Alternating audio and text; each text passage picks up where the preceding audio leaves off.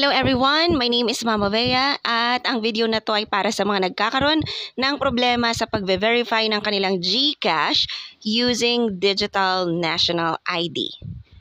So gumawa ako ng bagong GCash account and nakapag-upload na po ako ng video tungkol sa step-by-step na gagawin kapag magve-verify ng GCash gamit ang Digital National ID. So, dun sa video na yon, merong mga nag-comment na hindi daw gumana sa kanila yung ginawa ko. Hindi daw na-verify yung GCash nila kasi ayaw daw tanggapin yung Digital National ID nila. So, verification failed, too many attempts daw. So, ano nga ba ang gagawin kapag may ganito kayong na-encounter na problema? So, gumawa ako ng panibagong GCash account at ginamit ko pa rin ang Digital National ID na screenshot para ipakita sa inyo kung paano sosolusyonan yung mga too many attempts and verification failed at iba pang errors sa GCash verification using Digital National ID. So, diretso na tayo dito sa pag-verify. So, pag click mo yung verify, may lalabas dyan na hinihingan ka ng mga information like birthday, kung Pilipino ka ba, at kung ano-ano pa. So, dito sa accepted IDs, i-click mo lang dito ang National ID. So, yan. Click natin yung National ID na yan. And then, confirm.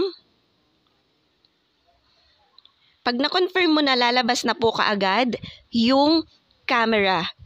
Okay? Pag lumabas na yung camera, yung borders na ito sa gilid ng camera, so nakita nyo yan, may borders, dapat maitapat ninyo agad dyan yung screenshot ng ID ninyo. Kasi kung hindi nyo agad maitapat dyan, ay ang lalabas ay too many attempts.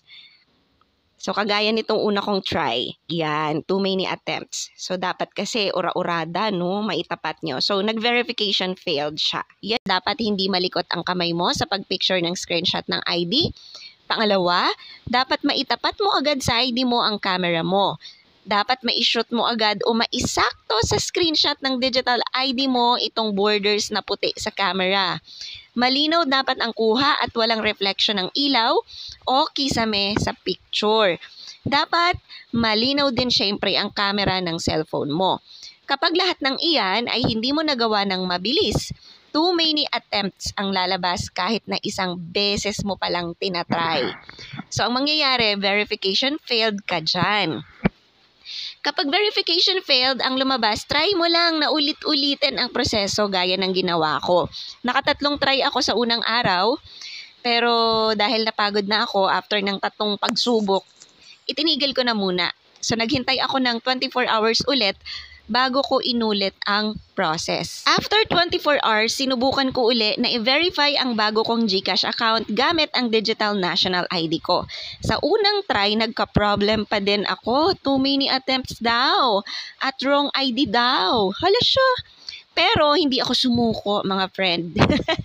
Sa next try ko, ginalingan ko na talaga yung pag-picture kasi naiirita na nga ako. So dahil hindi ako sumuko at talagang ginalingan ko na yung pag-picture, sinigurado ko na malinaw, kita-kita yung mga details at shoot na shoot sa mga borders na puti doon sa camera ang Digital National ID ko, ay ayun, napicturean ko ng maayos at malinaw ang ID at nakapag-proceed ako sa live selfie at paglalagay ng iba pang information. At Jaran! So lalabas dito sa Tell Me More About Yourself, isa pang problema kung bakit nare-reject yung iba ay dahil dito sa Tell Me More About Yourself.